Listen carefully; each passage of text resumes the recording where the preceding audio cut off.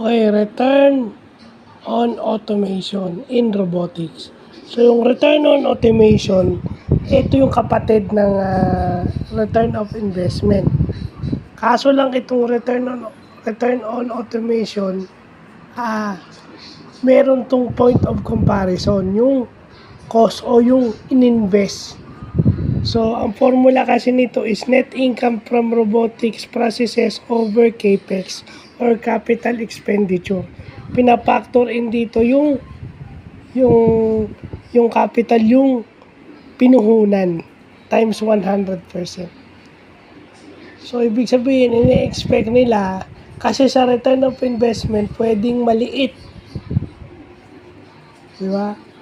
Pwedeng single digit muna, pero pag sa return on automation, dapat malaki.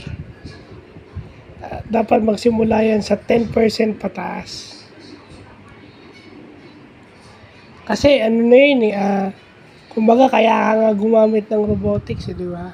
Kaya ka nga gumamit ng automation para doon. So pag pinag-uusapan yung return on automation, dapat malaki. So, yun lang po.